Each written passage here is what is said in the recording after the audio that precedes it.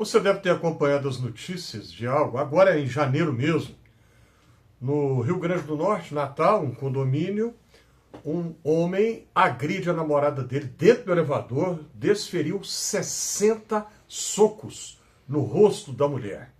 60 socos. O ataque foi tão violento que a namorada dele teve que ser submetida a uma cirurgia de reconstrução facial. Felizmente as notícias dizem que a operação, a cirurgia foi bem sucedida. Menos mal, mas não era para ter acontecido isso. E aí o rapaz, o agressor, ex-jogador de basquete, um atleta, portanto, alegou que fez aquilo porque sofreu um ataque de claustrofobia dentro do elevador. Eu não sei o que é pior.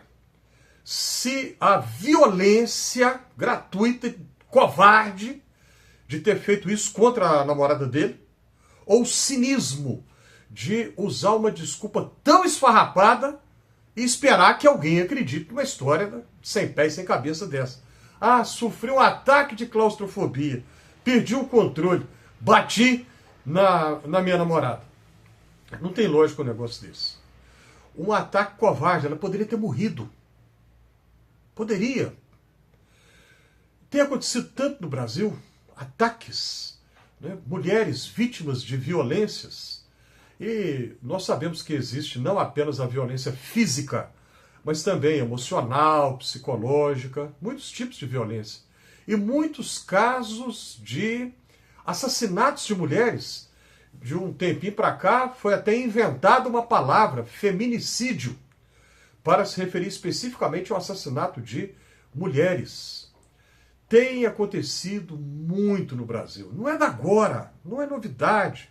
Nós sabemos que a história do país sempre houve casos assim. Na verdade, a história da raça humana, a história do mundo, infelizmente. E aí eu me lembro de uma passagem na Bíblia, no Antigo Testamento, livro de Juízes, né, capítulo 19, tem uma narrativa que depois se estende até o capítulo 20, uma narrativa incomumente longa. Normalmente, as narrativas bíblicas são muito curtas. Essa é longa, porque ela pega no mínimo 2 capítulos. E é uma história estranha, macabra, porque fala de um homem, de uma mulher. O texto não traz o nome de ninguém, só traz os lugares de onde eles eram, mas não lhes dá nomes. O texto fala de um levita, isto é, um auxiliar no sistema de culto do Israel antigo. Ele tem uma concubina, quer dizer, uma espécie de uma segunda esposa, uma coisa assim. No Israel antigo era comum, né, homens poderiam ter mais de uma esposa. E eu não vou entrar aqui nos detalhes do texto, que é realmente muito difícil, tanto em termos da gramática do hebraico, quanto em termos hermenêuticos, isto é, interpretativos.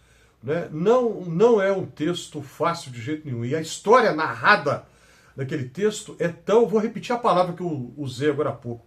É uma história tão macabra que não é de se admirar que não é falado. Muita gente nem sabe que isso está na Bíblia. É um texto que não entra em lecionários litúrgicos, nem nas liturgias, porque é uma história literalmente de horror. Para tentar encurtar a história aqui, a mulher sai de casa e o texto não dá detalhes, é extremamente lacônico. É curioso porque a narrativa é longa, né? Porque pega pelo menos 2 capítulos, já falei isso aqui, ao mesmo tempo é muito lacônica. Não traz detalhes. O texto começa falando que a concubina saiu da casa e voltou para a casa do pai dela. Saiu de onde estava, voltou para a casa do pai dela. Por quê? Não sabemos. É de se imaginar que o relacionamento não estava bom. O pai a acolhe. Aí este levita vai lá, né, para tentar trazê-la de volta. O sogro, então, o acolhe. E ele fica uns dias na casa ali do seu sogro, e o texto chega a ser até um pouco monótono, porque o genro vai sair de casa e o sogro insiste, fica mais um dia. E aí o genro fica. Aí no outro dia vai sair, não, fica mais um dia. E vai se repetindo assim. Mas finalmente eles vão embora. Chegam numa outra cidade, não recebem hospitalidade, e no mundo do Oriente Médio antigo, a hospitalidade era tida como um valor sagrado. Naquele tempo não tinha hotel, nem Airbnb, então as pessoas tinham que ser recebidas nas casas, né, dos moradores do lugar. Ninguém oferece hospitalidade para aquele casal. Um homem oferece a si mesmo, e o texto, muito estranho, vai dizer que os homens daquela cidade, os moradores, vão na casa daquele que havia recebido o casal e falam: ó, chegou um hóspede aí para você. Manda ele para fora que nós queremos abusar dele. E a história faz lembrar a história de Ló no livro de Gênesis. E aquele homem, então, o hospedeiro diz: não, de jeito nenhum, tem a minha filha, vocês vão fazer com ela o que vocês quiserem. Não, mas isso vocês não podem fazer. E o texto diz, então, que a mulher do levita, a concubina, ela é levada para fora, ela sofre um estupro coletivo que dura a noite inteira, ninguém faz nada para interferir, para ajudar. Na manhã seguinte ela está completamente sem forças, o marido então a leva para casa e o texto diz detalhes realmente assustadores. Ele vai esquartejar o corpo da mulher, corta o corpo dela em 12 pedaços, parece um filme de terror.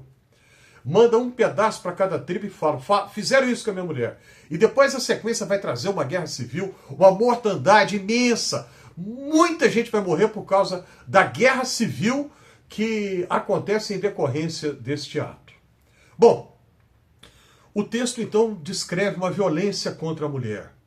A gente pode supor que essa mulher já sofreu violência antes, caso contrário, ela não teria saído da casa do marido para voltar para a casa do pai dela. É de se supor que isso já estivesse acontecendo.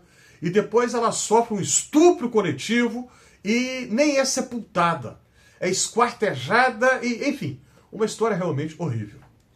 Nas igrejas, em geral, não se fala de violência doméstica. Em geral, não se fala de violência contra a mulher. Em geral, esse pecado não é acusado. E nós sabemos que isso acontece. É mantido em silêncio. Há um discurso que fala da submissão feminina e da autoridade do homem, que silencia a voz de mulheres que são oprimidas, exploradas, violentadas em todos os sentidos possíveis. Infelizmente, isso acontece muito. Isso tem que ser denunciado.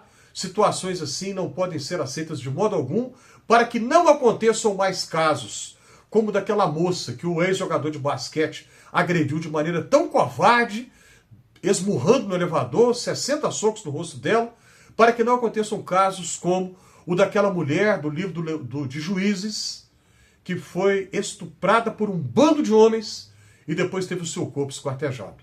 Isso não pode acontecer mais. Faz sentido para você? Clique na mãozinha do joinha se esse é o caso. Ajude a compartilhar esse conteúdo, inscreva-se aqui no Fé e Café. E muito obrigado caso você já tenha se inscrito.